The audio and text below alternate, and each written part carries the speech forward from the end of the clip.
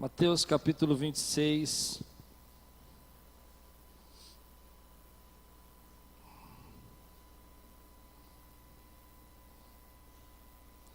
Versículo 36 a 46. Quantos creem que Jesus ressuscitou? Então levante bem alto sua Bíblia, diga: essa é minha Bíblia. Eu sou o que ela diz que eu sou. Eu tenho o que ela diz que eu tenho. E eu posso o que ela diz que eu posso. Abrirei meu coração.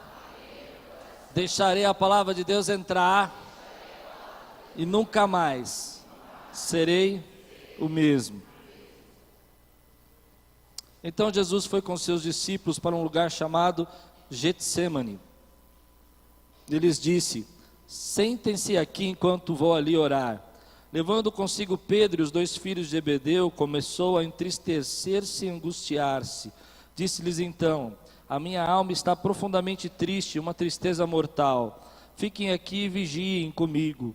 Indo um pouco mais adiante, prostrou-se com o rosto em terra e orou: meu Pai, se for possível, afasta de mim este cálice. Contudo, não seja como eu quero, mas sim como tu queres. Depois voltou aos seus discípulos e o encontrou dormindo. Vocês não puderam vigiar comigo nem por 1 hora? Perguntou ele a Pedro. Vigiem e orem para que não caia em tentação. O espírito está pronto, mas a carne é fraca. E retirou-se outra vez para orar. Meu Pai, se não for possível afastar de mim este cálice sem que eu beba, faça-se a tua vontade. Quando voltou de novo, os encontrou dormindo, porque os seus olhos estavam pesados.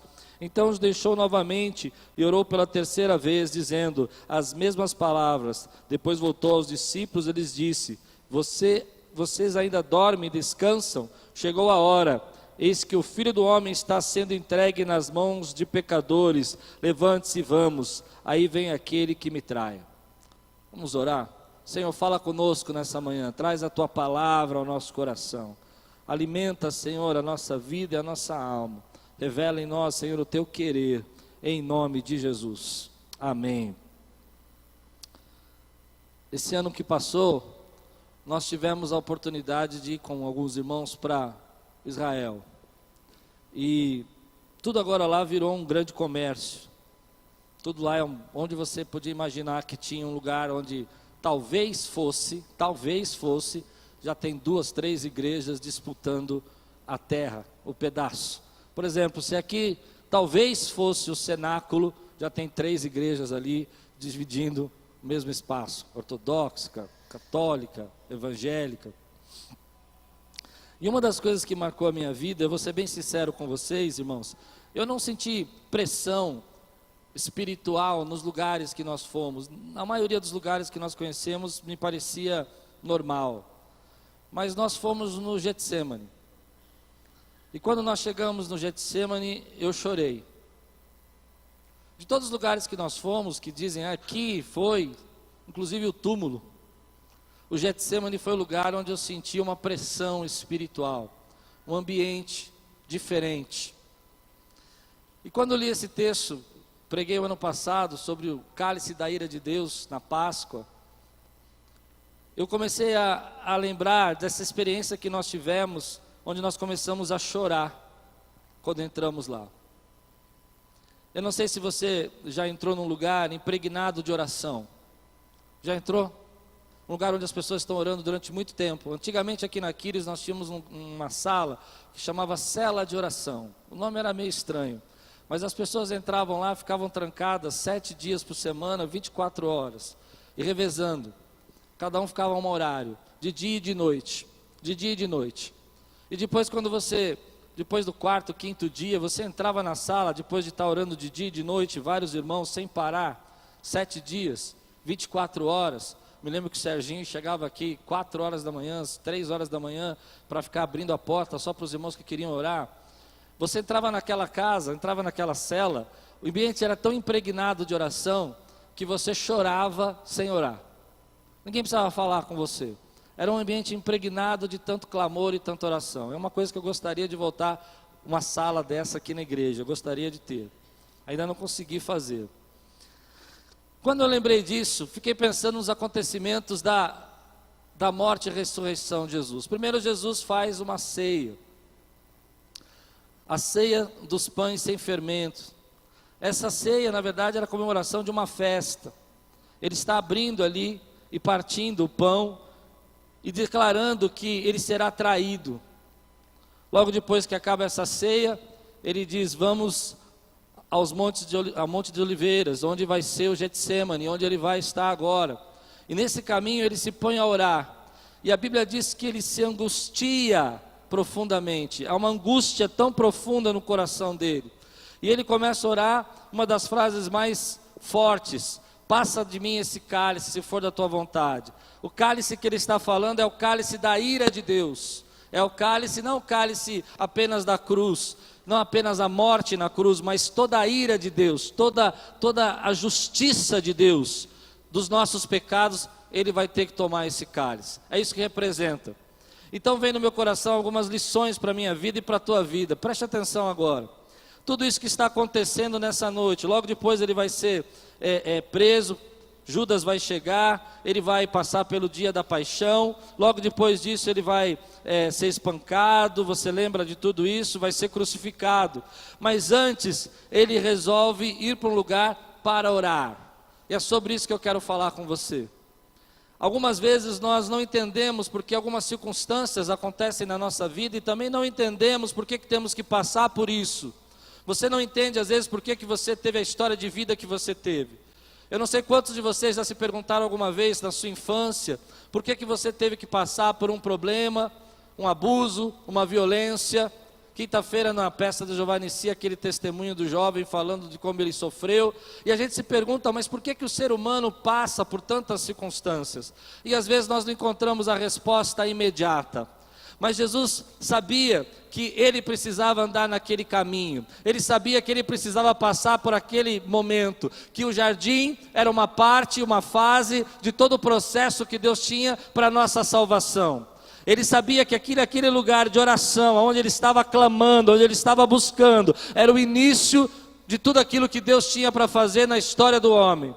Assim eu quero dizer para você, meu irmão, em alguns momentos da nossa vida, você precisa atravessar momentos da sua vida que você não consegue entender, você precisa passar, você às vezes se sente desprotegido, não sabe por que tem que enfrentar isso, mas deixa eu dizer uma coisa para você: o caminho é atravessar, é continuar indo na direção do que Deus tem para a tua vida, ainda que você não esteja entendendo, ainda que você não compreenda o que você está vivendo hoje, ainda que não faça sentido nenhum a sua história de vida, caminhe, atravesse, ande pelo caminho que Deus tem colocado na sua vida, porque você precisa passar por isso. Há situações na sua vida que você precisa passar, você não vai entender por que você tem que passar, você não vai compreender no momento por que você tem que viver isso, mas você sabe que esse é o caminho que você precisava trilhar. Há vários textos da Bíblia que falam sobre isso. Jesus está no momento que ele mesmo diz, quando Judas vai entregá-lo e Pedro corta a orelha do guardião, ele mesmo diz: eu poderia ter convocado miríades de anjos para me proteger, mas eu precisava passar por isso. Eu precisava passar por isso, eu precisava chegar na cruz. E essa é uma das grandes lições para a nossa vida com Cristo. As situações que nós temos que passar, e nós vamos passar junto dele, com ele e para a glória dele. Ainda que você não entenda. É forte isso para mim, meu irmão, porque Paulo diz isso a Éfeso, a igreja de Éfeso: eu tenho que ir para Jerusalém, e eu sei que cadeias e prisões me esperam, e eu sei que lá, quando eu sair, lobos vorazes vão vir sobre a igreja, mas ele diz: eu tenho que passar por isso, eu tenho que enfrentar essa situação, eu tenho que enfrentar esses problemas, eu tenho que passar. Você pode dizer para você mesmo: Senhor, eu não gostaria de beber esse cálice, eu não gostaria de beber esse cálice, mas eu tenho que beber esse cálice. O Senhor vai me dar força para enfrentar isso, o Senhor vai me dar força para continuar caminhando. Continue caminhando na direção de Deus para a tua vida.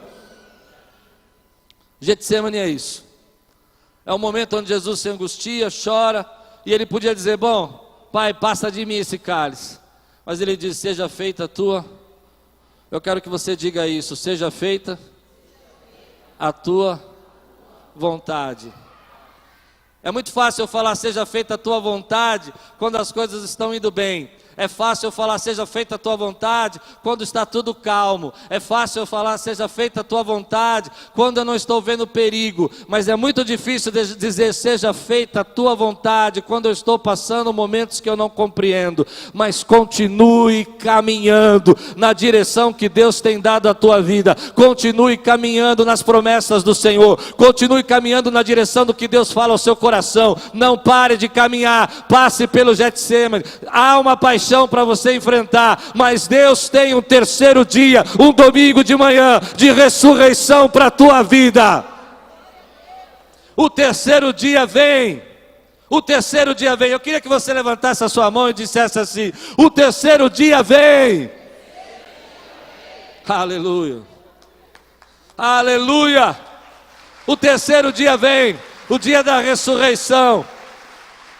O que Deus está nos ensinando através da vida de Jesus, que há circunstâncias que eu não sei porque eu tenho que enfrentar, mas eu preciso passar por isso. Eu não sei, eu não gostaria, mas eu tenho que passar. E quando eu tenho que passar, eu vou continuar caminhando, porque eu sei que Ele cuida de mim. E se Ele cuida de mim, é porque Ele tem um terceiro dia para mim. E o terceiro dia é o dia de glória, é o dia de ressurreição para a minha vida e para a tua vida. Cristo ressurgiu, e essa é a promessa de Deus para nós.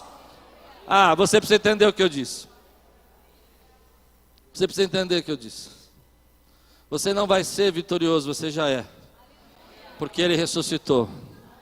Você não vai, querido, um dia, talvez, como um jogo de futebol, quem sabe quem vai ganhar sábado que vem. Não é isso. Já venceu. Cristo ressuscitou. Quantos podem levantar sua mão e dar glória a Deus aqui, meu irmão? Mas é interessante que os discípulos, sendo avisados, tão fortemente avisados, eles ainda tivessem dormindo. Eu acho isso muito interessante, porque Jesus disse que ia ser traído na ceia. Depois, ele avisou os discípulos que eles iam abandoná-lo.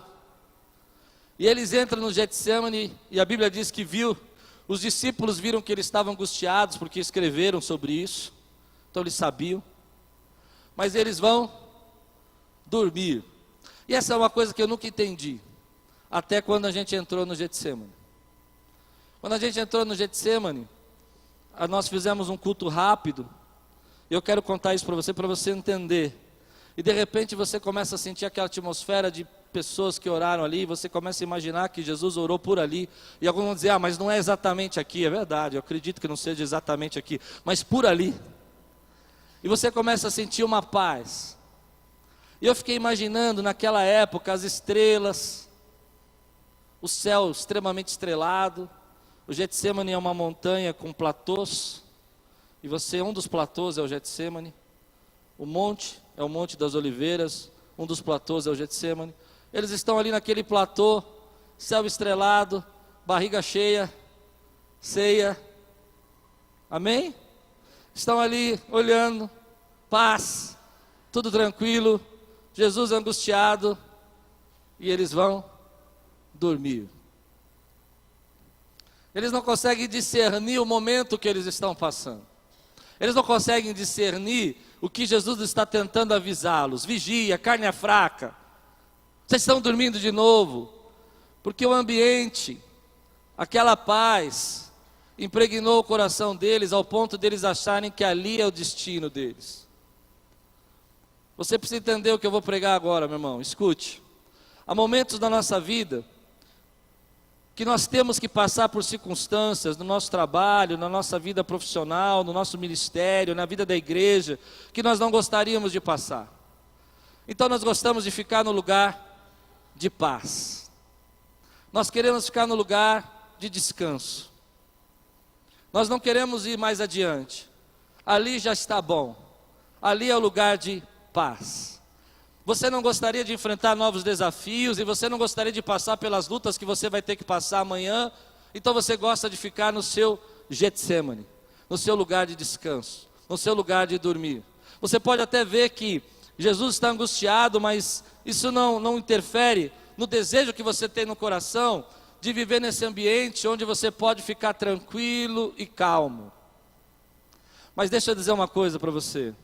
Aquilo que Deus tem para fazer na sua vida e na minha vida, não vai acontecer no Getsemane, no lugar de ambiente de calma e paz, onde você está dormindo. Você vai ter que passar pelas lutas que você tem que passar, para ter um domingo de manhã de ressurreição na tua vida.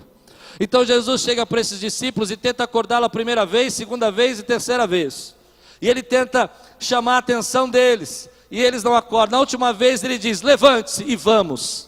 Ou seja, vamos sair desse ambiente, vamos sair desse lugar de paz. O último versículo diz: levante e vamos sair desse momento aqui. Saia do Getsemane, porque lá onde você vai enfrentar as lutas, lá onde você vai enfrentar os desafios, lá onde você vai enfrentar o seu desconforto, é lá que vai começar a grande obra de Deus na sua vida, é lá que a história de Deus vai começar em você. Meu irmão, você precisa entender o desígnio que Deus tem, o destino que Deus tem para você. Vai passar por momentos de desconforto, mas continue caminhando, continue indo na direção que Ele tem para você, porque Ele tem um domingo de ressurreição para a nossa vida. Quantos aqui não gostariam de ficar lá no Getsemane, quietinho, tranquilo, só orando, só vendo Jesus interceder por nós, dormindo, e Jesus fala: levanta e saia daí, levanta e saia do Getsemane, vamos embora. Por quê? Porque é lá onde acontece a tua luta, é lá onde acontece a tua batalha, é lá onde você tem que ser realmente cristão. Quando as pessoas te acusam, quando as pessoas te batem, quando as pessoas falam mal de você, quando as pessoas vêm contra você, é nesse lugar que a glória de Deus vai se manifestar poderosamente, ainda que você não entenda. Quantos podem dizer glória a Deus, meu irmão? É como a igreja é um lugar, um ambiente seguro. Se você dizer glória a Deus, quer ver? Diga glória a Deus. Ninguém olhou feio para você, olhou? Diga glória a Deus no seu trabalho. Diga glória a Deus na sua escola. É um ambiente seguro. Quando eu prego é tão seguro, é tão calmo, que eu vejo alguns irmãos dormindo. Por isso que eu dou uns gritos às vezes, para eles acordar. Eu entendo eles, a paz é tão grande. Amém? Aí eles dão umas cochiladas, porque eles sabem que eles estão seguros, eles sabem que eles estão no ambiente de paz. Aí eu grito, eles, aleluia. Porque nesse ambiente de paz, é confortável. Mas Jesus chega para esses discípulos que estão dormindo e fala: levante-se, vamos embora. Ou seja, vamos enfrentar a nossa luta, vamos enfrentar o caminho, vamos continuar caminhando, vamos continuar atravessando aquilo que nós temos que atravessar, ainda que doa, ainda que machuque. Deus tem promessas para a nossa vida. Essa semana eu estava orando, estava um pouco triste assim com essa situação financeira da igreja. Como quando fica muito ruim assim é difícil, os ministérios começam a me pressionar porque querem recursos, e a gente não tem de onde tirar, é pesado. E eu fui orar, e Deus me deu uma resposta linda, linda, linda, que eu quero compartilhar com vocês, que tem a ver com isso, com o Getsemane. Eu comecei a falar: Deus, como é que nós vamos fazer? Ele me deu o Salmo 51. Eu comecei a ler o Salmo 51, e ele começa a contar a história do povo de Israel, atravessando o mar. Eu falei: meu Deus, o que isso tem a ver com a minha situação? O que tem a ver com a situação da igreja? Aí veio a palavra do Senhor para a minha vida. Resumindo tudo aquilo, Deus tem uma história com você. Não, você precisa entender. Você vai atravessar o dia que você precisa atravessar. Você vai sair do seu lugar de conforto e vai enfrentar as lutas que você precisa. Mas não esqueça que Deus tem uma história com você. Não. Deus tem uma história conosco, meu irmão. A história de Deus conosco não começou agora. Ele tem uma história com você desde que você nasceu. Ele tem uma história com você há 10, 15 anos atrás, quando Ele salvou você. Ele tem uma história com você quando Ele veio trazendo você das garras de Satanás para a sua maravilhosa luz. Você precisa enfrentar, você precisa atravessar, você precisa continuar caminhando, você precisa ir na direção dos que Deus planejou para você, ainda que tenha lutas e dificuldades, porque Ele tem um domingo de ressurreição. Mas não esqueça que Ele tem uma história com você quando estiver passando pela paixão, quando estiver passando pela dor. Não esqueça que Ele tem uma história com essa igreja, Ele tem uma história com você e com o seu ministério, Ele tem uma história com a sua vida. Ele escreveu essa história, Ele resgatou, Ele curou, Ele salvou, Ele transformou. Deus tem uma história conosco. Quantos podem dizer glória a Deus por isso, meu irmão? Deus tem uma história com essa igreja. Aleluia. É isso que segura você no dia da tua dor. É isso que segura você no dia da tua luta. É quando você começa a lembrar milagres que Deus já fez, promessas que Ele já cumpriu, coisas que eram sobrenaturais e que não podiam acontecer, dificuldades que você achou que não ia conseguir vencer. Ele tem uma história. Levante sua mão agora. Eu quero que você saia com essa frase na sua mente. Deus tem uma história comigo. Eu achei que foi quase bom. Levante a mão bem alta e diga mais uma vez. Deus tem uma história comigo. Aleluia! Quantos podem dizer glória a Deus? Ele tem uma história. Para algumas pessoas, eles estão na fase do Getsemane. Orar, descansar e esperar. Outros estão na fase da traição, da luta, das batalhas, das perseguições. Você entende isso? Onde há acusações, levantes, parece que você fracassou, parece que você não vai conseguir, parece que não tem sentido a tua vida, parece que tudo que você fez não tem valor. Mas outros estão, e eu creio nisso, no domingo de ressurreição. No domingo onde Deus diz, agora chegou o tempo de eu provar, de eu mostrar, de eu declarar a todos que possam ver que eu sou com você e eu sou na sua vida. Ele tem um domingo de manhã para nós. Ele tem um terceiro dia. Ele tem um terceiro dia. Sabe qual é o nosso problema? É que quando nós estamos no Getsemane, no conforto, nós não queremos sair porque lá é um lugar tranquilo.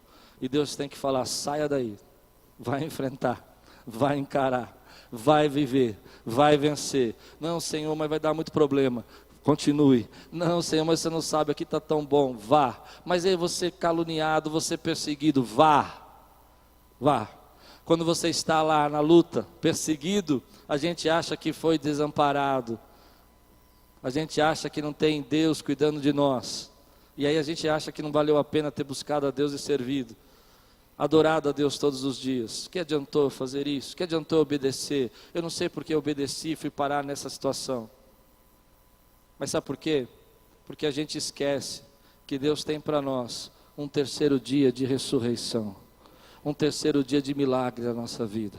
Eu creio que quando Deus disse para mim que nós temos uma história com Ele, que a igreja tem uma história com Ele, eu vou dizer uma coisa para você, nós estamos perto do nosso terceiro dia, estamos perto dos milagres que Deus tem prometido para a nossa vida, estamos perto das promessas que Deus está falando há muito tempo que vai realizar aqui. Se você crê, pode dizer glória a Deus por isso, meu irmão.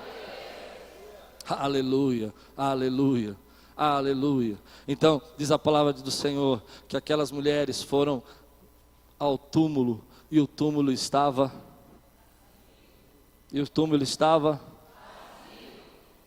tudo aquilo que não fazia sentido agora começa a fazer sentido. Tudo aquilo que eles não podiam entender do que Jesus estava dizendo, agora ficou claro. Ele ressuscitou, Ele ressuscitou, Ele ressuscitou, Ele ressuscitou, Ele ressuscitou, Ele ressuscitou, Ele ressuscitou, Ele ressuscitou. Meu irmão, aleluia. Eu amo o Getsemane, porque ele me ensina que Deus chega no limite de chorar, de se angustiar, de clamar. Ele nos ensina que às vezes também nós vamos chegar no nosso limite de angústia, de choro, mas não perca a esperança. Deus está escrevendo a tua história. Ele tem uma história com você. Você recebe essa palavra hoje na sua vida, meu irmão? Quero orar por você agora. Quero que você abaixe sua cabeça, feche seus olhos.